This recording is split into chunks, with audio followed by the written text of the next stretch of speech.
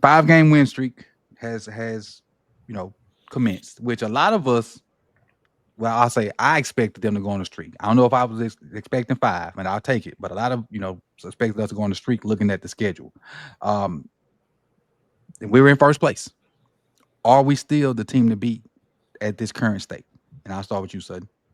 Because I noticed what you said yesterday about Kyle when you said the statement you made. You're the spoiled Ravens fan that Kyle was talking about, so that's why I want you to lead this one.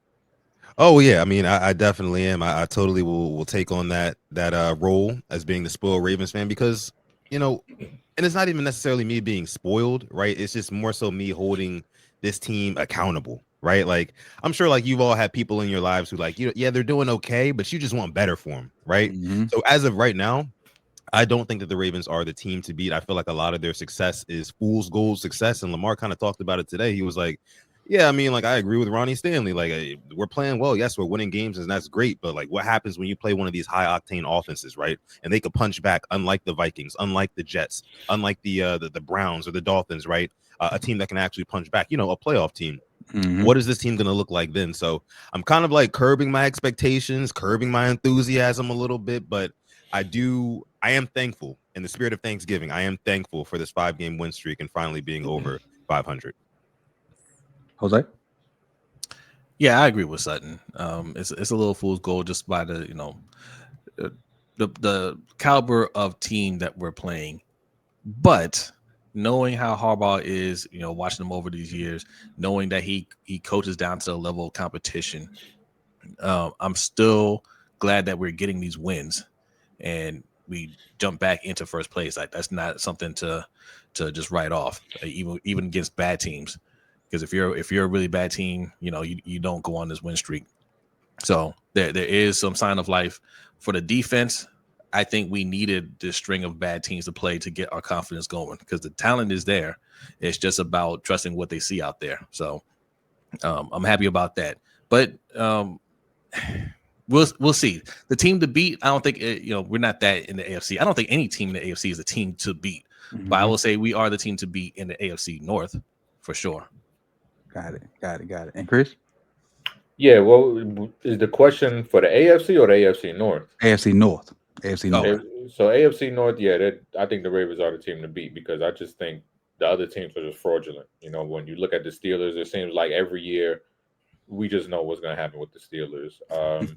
The Bengals, they have a historically bad defense. They've been putting up points. I mean, not so much in the last couple of weeks, but their defense is just they could put up 70 points and their defense is going to give up 71. So and then that leaves the Ravens and the Browns. And the Browns, we know what they are on offense. The defense is legit, but Ravens, they have Lamar.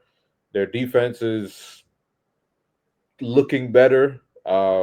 And what did we say in the beginning of the year? If they were just average, they win a lot of those games that they lost in the beginning of the season. If they were just average.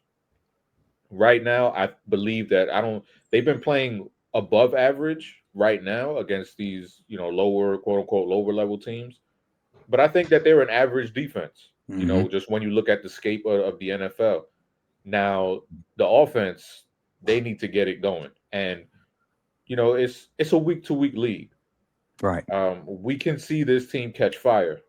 We saw them be really good coming out the gate, and right now they're kind of in a lull. And you see that in the NFL sometimes where a team starts off hot, then they just look like shit. Then they start getting their little groove back. So hopefully the Ravens can get into that groove. Hopefully the offensive line something miraculous can happen on the offensive line. Stranger things have happened. So hopefully they can get things going and just, we can get Todd Monken on a level where he's comfortable with the play call. Cause right now it just does not look like he can get into a groove with the current set of offensive linemen that he has. Which is tough. It's really tough. Yep. Really tough. So before I give my little 2 cents, shout out to Urban Closer. Happy birthday to you, brother. Appreciate you. for all that you do to help Yes, the channel sir. grow and the beats and whatnot, because they are fire. I finally got to the email with the 3 new ones you sent me. So I've been, featuring them in the last couple of videos I did. I know every video this week, except for the live streams, I featured his the 3 beats that he sent. He sent them a while ago. But with everything that be going on, it just took me a minute to get over there, listen to them, and then download them and put them over. But I got about 9 or 10 of them from him. So I'm just going to incorporate all of them into the videos, and we're going to do that. But again, shout out to Urban Clothes. Happy birthday to you, brother. I appreciate you for Happy birthday. just birthday, working man. your way around the circle, man. You be in all the chats, showing love. So Facts. appreciate you big time. Facts. Yep. And as far as my 2 cents on this, I definitely think we're the team to beat in the AFC North, but a lot has to happen between now and the end of the season for us to be considered a team to beat in the playoffs.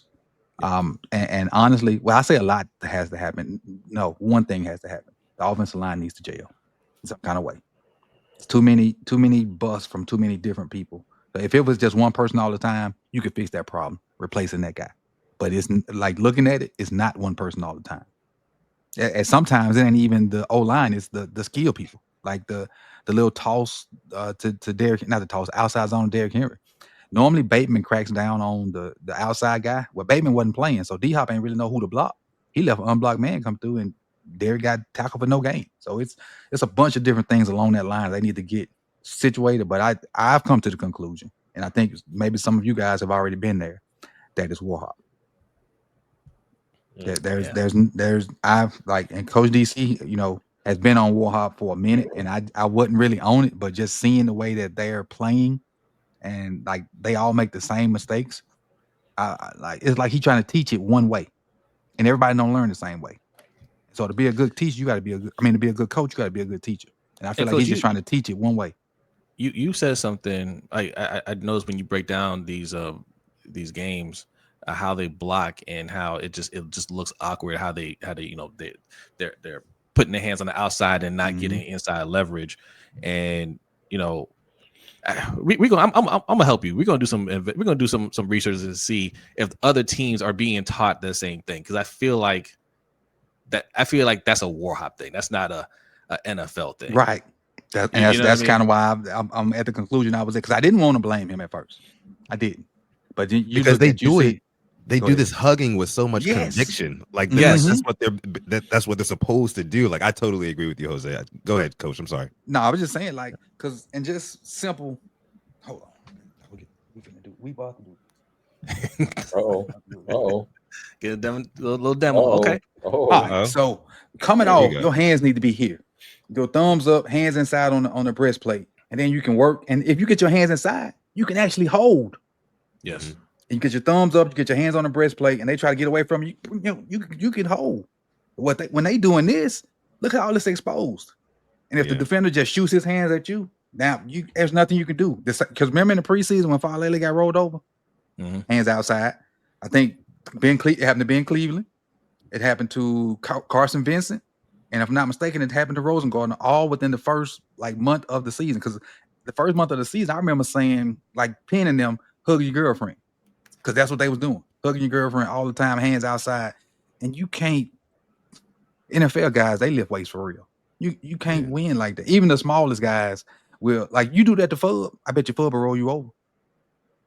Yeah, because you can't literally block folks out here, and then you setting yourself up for holding, because when they try to get away from you, your hand's already outside, and that's what the referees are looking for, hand placement. And that's why I say he can't focus on hand placement, because all them hands are outside doing stuff they don't need to be doing. So I come to the conclusion it's him. And Chris, and when you got a head coach, I'm sorry, Sutton. When you got a head coach like Harbaugh that is not an offensive guy, he doesn't have the eyes to sit there and be like, hey, why are they doing that? Stop teaching them that. You know what I mean? Like, there's nobody in the room to stop them from coaching them that way.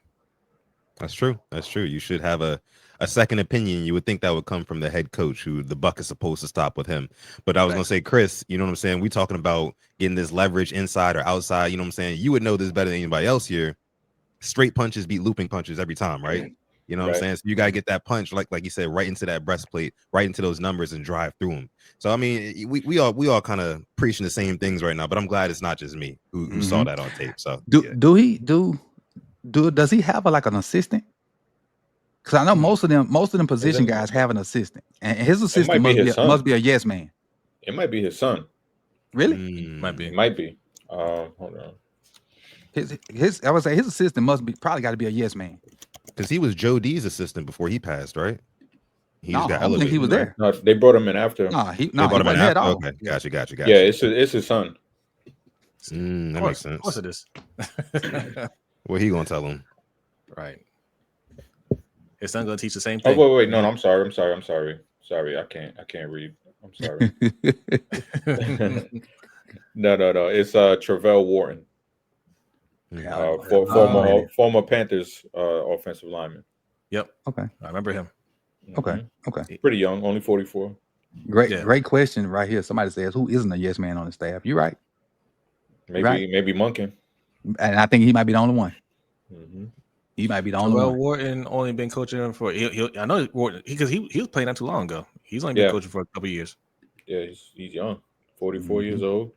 Stopped playing in 2013. Okay. Yeah.